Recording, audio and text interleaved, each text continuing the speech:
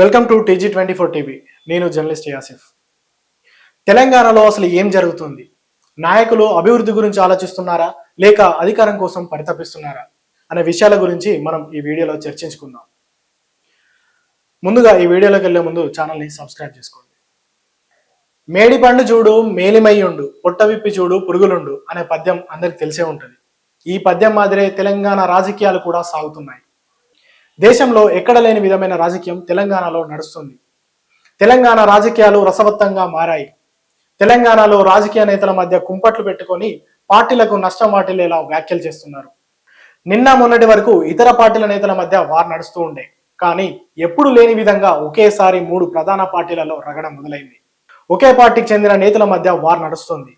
ఎన్నో ప్రజా సమస్యలు ఉన్నా అవేమీ పట్టకుండా సొంత పార్టీ నేతలతోటే కుమ్ములాటలు పెట్టుకొని అధికార దాహంతో పోరాడుతున్నారు. రాష్ట్రంలో అధికారంలో ఉన్న కాంగ్రెస్, ప్రధాన ప్రతిపక్షంలో ఉన్న బీఆర్ఎస్, సెంట్రల్లో అధికారంలో తెలంగాణ రాష్ట్రంలో ప్రతిపక్ష పార్టీగా ఉన్న బీజేపీలో ఒకే పార్టీకి చెందిన బడా లీడర్ల మధ్య నిత్యం ఏదో ఒక సమస్య. అందరూ కలిసిపోయి ప్రజా సమస్యలపై పోరాడేది పోయి పార్టీలలో ప్రత్యేక గుర్తింపు కోసం నిత్యం సొంత పార్టీ నేతలపై ఆరోపణలు చేస్తూ వాళ్ళను వాళ్లే బలహీనపరచుకోవడమే కాకుండా తల్లి లాంటి పార్టీని కూడా బలహీనపరుస్తున్నారు. ఇంత జరుగుతున్న పార్టీ అధ్యక్ష హోదాలలో ఉన్న మహేష్ కుమార్ గౌడ్, కేసీఆర్, రామచంద్రరావు ఎలాంటి కామెంట్స్ చేయకుండా ఇతర నేతలను కూడా ఆ సమస్యలపై స్పందించవద్దని విప్లు జారీ చేయడం దేనికి సంకేతంగా చూడవచ్చు? ఇది ఆ నేతల వ్యూహమా లేక ఏమి చెప్పితే ఎలాంటి సమస్య వస్తుందో అని ఆందోళన అయి ఉండవచ్చా? ముఖ్యంగా బీఆర్ఎస్ పార్టీలో కేటీఆర్ వర్సెస్ కవిత. కేసీఆర్ నాయకత్వంలోని తెలంగాణ మలిదశ ఉద్యమ సమయంలో కేసీఆర్ నెత్తురునే కాదు ఆశయంలో కూడా తోడుంటామని కేసీఆర్ వారసులైన కేటీఆర్, కవితలు తండ్రి ఉద్యమ స్ఫూర్తిని కూడా అందిపుచ్చుకొని విలాసవంతమైన జీవితం, మంచి ఉద్యోగాలు వదిలి తెలంగాణ ఉద్యమంలోకి వచ్చి రాజకీయ అరంగేట్రం చేసి వాళ్ళకంటూ ప్రత్యేక గుర్తింపు తెచ్చుకున్న నేతల్లో అగ్రగణ్యులు అని చెప్పొచ్చు. కేటీఆర్ ఎమ్మెల్యేగా, మంత్రిగా తన మార్క్ పరిపాలన చేస్తే కవిత బీఆర్ఎస్ పార్టీకి అనుబంధంగా తెలంగాణ జాగృతితో అనేక కార్యక్రమాలు చేస్తూ ఉద్యమంలో కీలకమైన పాత్ర పోషించారు.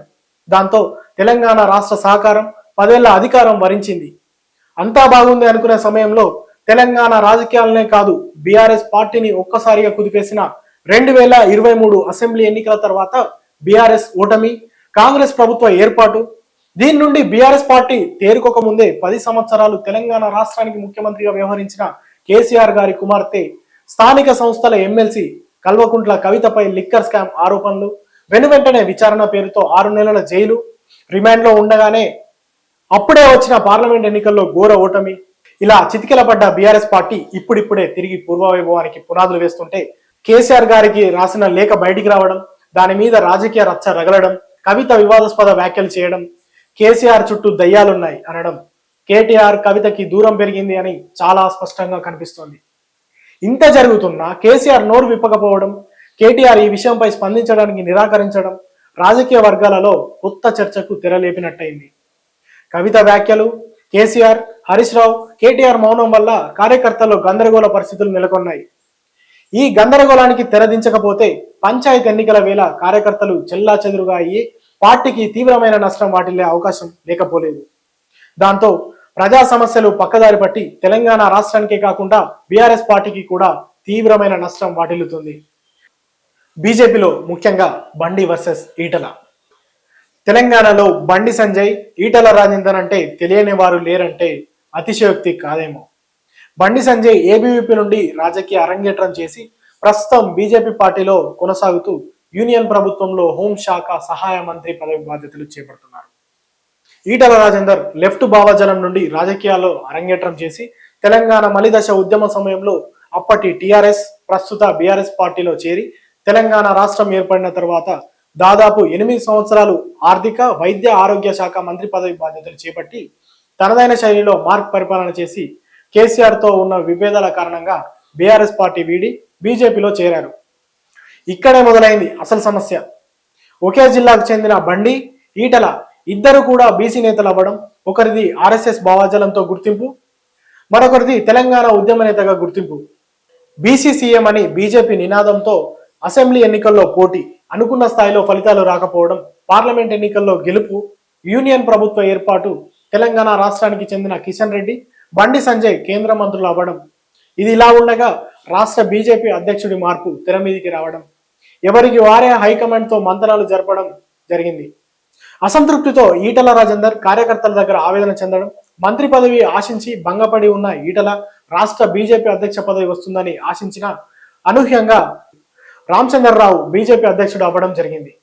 ఇది ఇలా ఉంటే పుండు మీద కారం చల్లినట్టు బండి సంజయ్ పరోక్షంగా ఈటల రాజేందర్ వారి అనుచర గణం మీద వివాదాస్పద వ్యాఖ్యలు చేశారు. దీంతో ఈటల రాజేందర్ అసహనానికి గురయ్యి కార్యకర్తల ముందు పరుష పదజాలంతో వ్యాఖ్యలు చేయడంతో రాష్ట్ర బీజేపీలో దుమారం చెలరేగింది. ఇద్దరు కూడా రాజకీయ ఉద్దండులే అయినప్పటికీ ఒకరిపై ఒకరు వివాదాస్పద వ్యాఖ్యలు చేసుకోవడం రాజకీయ వర్గాల్లో కలవరం మొదలైంది. తెలంగాణ ఉద్యమ నేపథ్యం, మంచి రాజకీయ అనుభవం, తెలంగాణలో అతిపెద్ద సామాజిక వర్గానికి చెందిన నేతగా రాజకీయాల్లో ఉన్న ఈటల రాజేందర్ కి సౌమ్యుడిగా పేరుంది. తనకున్న ఈ పేరుతో ఒక కొత్త ప్రాంతీయ పార్టీని పెట్టేందుకే ఇలాంటి వ్యాఖ్యలు చేశారని రాజకీయ వర్గాల్లో చర్చ జరుగుతోంది. ఏది ఏమైనా ఒకే పార్టీలో ఉండి వర్గపోరు వల్ల పార్టీకి తీవ్రమైన నష్టం వాటిల్లక తప్పదు. ఈటల వ్యాఖ్యలకు పార్టీ షోకాజ్ నోటీసులు ఇచ్చే ఆలోచన చేస్తున్నట్టు పార్టీలో అంతర్గంగా చర్చ నడుస్తున్నట్టు సమాచారం. ఏది ఏమైనా బీజేపీ నేతలంతా కలిసిపోయి కార్యకర్తలకు జరిగే పంచాయతీ ఎన్నికల్లో కార్యకర్తలను గెలిపించి వారి రుణం తీర్చుకోవాలి. ఎన్నో ఏళ్లుగా ప్రజాప్రతినిధులుగా పదవులు లేకున్నా పార్టీ కోసం సర్వం దారవోసిన బీజేపీ కార్యకర్తలు ఎందరో ఉన్నారు. అలాగే బీజేపీ కూడా తన ధోరణి మార్చుకొని కొత్తగా పార్టీలోకి వచ్చిన నేతలకు కూడా వారి అర్హతకు తగ్గ పదవులు ఇచ్చి గౌరవించాల్సిన అవసరం ఉంది. ఏది ఎలా ఉన్నా బీజేపీ రాష్ట్ర అధ్యక్షుడిగా రామచంద్రరావు నాయకత్వంలో అందరూ కలిసి పనిచేయాల్సిన అవసరం లేకపోలేదు. తెలంగాణ రాష్ట్రంలో అధికారంలో ఉన్న కాంగ్రెస్ పార్టీలో రచ్చ. రేవంత్ రెడ్డి వర్సెస్ రాజగోపాల్ రెడ్డి. నేతల్లో రాజకీయ వర్గాల్లో ఆరోపణలు ప్రతి ఆరోపణలు చేసుకోవడం పాత మాట. కానీ ఒకే పార్టీలో నుండి ఒకరిపై మరొకరు విమర్శలు చేసుకోవడం కొత్త ట్రెండ్ గా తెలంగాణ రాష్ట్ర రాజకీయాల్లో సాగుతోంది. తెలంగాణ రాష్ట్ర రాజకీయాలు రోజుకో మలుపు తీసుకుంటున్నాయి. తెలంగాణలో కాంగ్రెస్ ప్రభుత్వం ఏర్పాటు జరిగి ఏడాదిన్నర కాలం పూర్తయిన తన మార్క్ పరిపాలన అందించడంలో విఫలమైందని చెప్పొచ్చు. ఇప్పటికే ఎన్నికల్లో ఇచ్చిన గ్యారంటీ స్కీములు, వివిధ వర్గాలకు ఇచ్చిన హామీలు అమలు చేయడంలో సతమతమవుతున్నది. దీనికి కారణం నేతల మధ్య ఏకాభిప్రాయం లేకపోవడం. తెలంగాణ రాష్ట్ర కాంగ్రెస్ లో అంతర్గత కలహాలు తారస్థాయికి చేరాయి. విషయంలోకి వెళితే గత సంవత్సరం పార్టీ మారిన 10 మంది ఎమ్మెల్యేల నియోజకవర్గ పరిధిలోని పాత కొత్త కాంగ్రెస్ అని 2 వర్గాలుగా విడిపోయి నిత్యం గొడవలు జరుగుతున్నా ఏమీ చేయలేని పరిస్థితిలో అధిష్టానం ఉంది. దీంతో నియోజకవర్గ స్థాయిలో పార్టీ మారిన ఎమ్మెల్యేలతో పార్టీకి లాభం కంటే నష్టమే ఎక్కువ జరిగింది అని చెప్పొచ్చు. దీనికి సంబంధించిన ఆధారం ఈ మధ్య జరిగిన టీచర్, గ్రాడ్యుయేట్ ఎమ్మెల్సీల ఎన్నికలు. దాదాపు పార్టీ మారిన ఎమ్మెల్యేల స్థానాల్లోనే జరిగింది. ఇక్కడ ఎన్నికల్లో విముఖ పోటీ ఉన్న అధికార పార్టీ సిట్టింగ్ స్థానంతో పాటు మరో 2 స్థానాల్లో కూడా పరాజయం పాలవడం పార్టీకి తీరని నష్టంగానే చెప్పొచ్చు. పార్టీ మారిన ఎమ్మెల్యేల స్థానాల్లో ఇలా ఉంటే వరంగల్ రాజకీయాలు మరొక ఎత్తు. ఉమ్మడి వరంగల్ జిల్లా పరిధిలో ఒక జనగామ తప్ప మిగతా అన్ని నియోజకవర్గాల్లో కాంగ్రెస్ ఎమ్మెల్యేలు ఉన్న నేతల మధ్య సయోధ్య లేకపోవడంతో వైరం తారస్థాయికి చేరుకుంది.